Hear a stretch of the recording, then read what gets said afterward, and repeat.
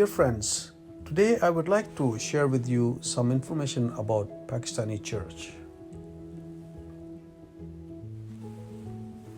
Pakistan became a separate and independent country in 1947.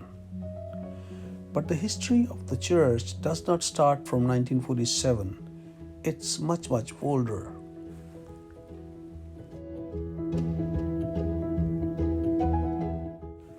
The history of the church in Pakistan and in the subcontinent of India starts from 52 AD when St. Thomas the Apostle visited Taxila in Pakistan.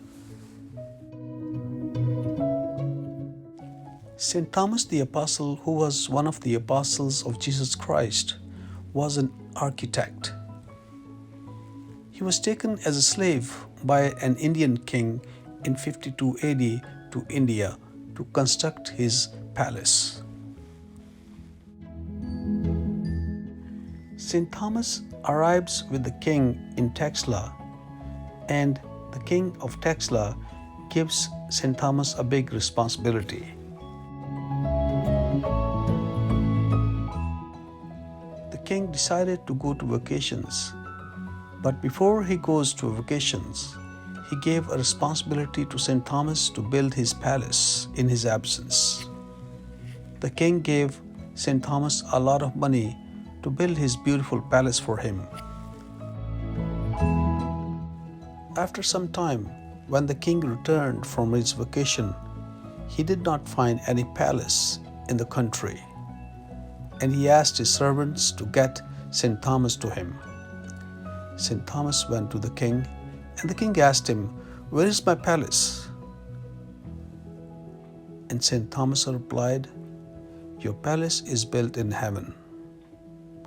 The king got furious. St. Thomas replied, "The money you gave me has been distributed among the poor." The king got very upset and angry, and he put St. Thomas the Apostle in the jail. This is how the church or Christianity came to India.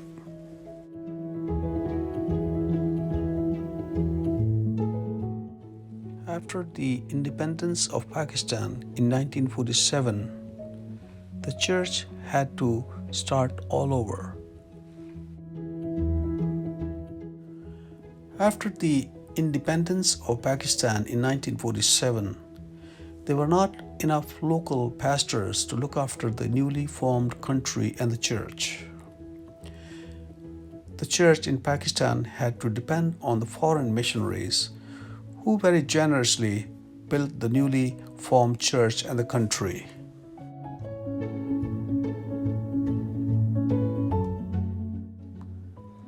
The missionaries focused on three things: the education, health, and the financial independence of the people. The missionaries made sure that these people are educated and their health needs are met, and they help them so that they can stand on their own feet.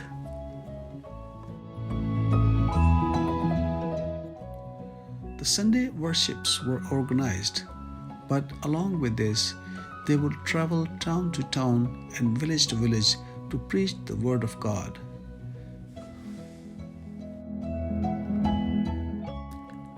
After 1947, almost all the churches started taking local pastors for training so that they could be trained and be ready to take up the responsibility in Pakistan if the missionaries had to leave.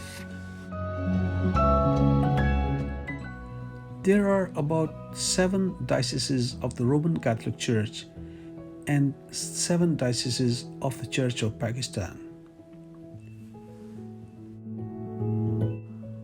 Almost each diocese has a local bishop, and all the dioceses are actively preaching the Word of God among the people. There is no shortage of pastors in Pakistan anymore, but I think there is a shortage of ministries The church is not able to create enough ministries for their pastors.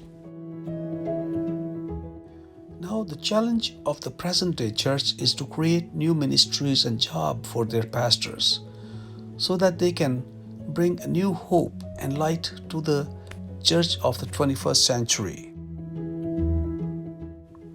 In order to be a true church of the 21st century, then we need to pay attention to the following areas.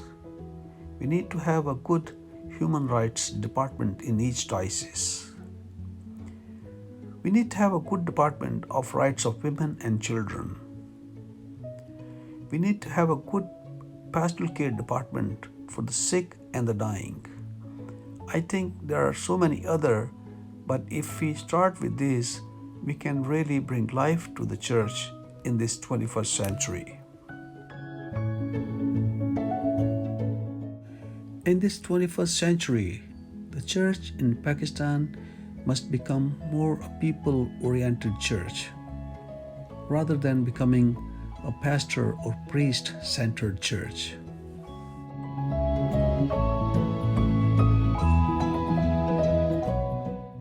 There are about 8 to 900,000 Christians in Pakistan, and each tehsil or the sub-district in Pakistan has a Christian family or families living.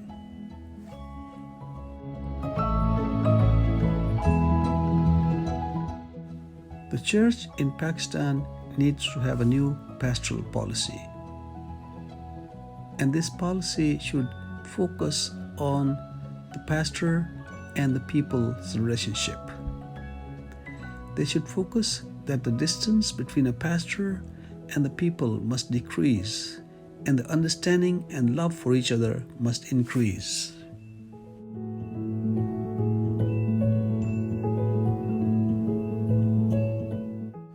The forced conversions and blasphemy cases are increasing, and the church must set up a separate department who can take care of these people. Sadly, but realistically, the Church of Pakistan is still not an independent church. It still has to depend financially on the foreign church. So this is a challenge for the Church of Pakistan, that how to become an independent church. Among the evangelical and Pentecostal churches, there's a lot of religious or spiritual superiority, which is affecting our pastoral approach and our pastoral work.